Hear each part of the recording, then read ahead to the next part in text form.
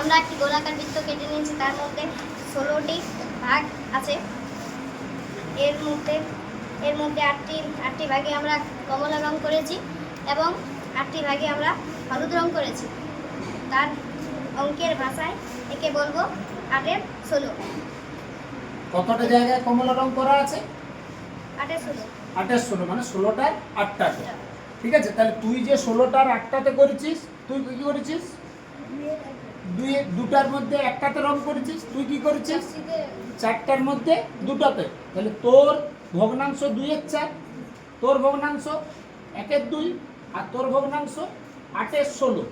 এইগুলা সবগুলাই কি বোঝাচ্ছে? সবগুলোর ক্ষেত্রেই দেখ অর্ধেক পরিমাণ বোঝাচ্ছে। এই যে এটা যখন মুড়ে দিচ্ছিস তখন সবগুলোর ক্ষেত্রেই অর্ধেক পরিমাণ বোঝাচ্ছে, অর্থাৎ সমান হচ্ছে। এই জন্যে এইটাকে আমরা বলি সমতুল্য ভগ্নাংশ। ক্লিয়ার?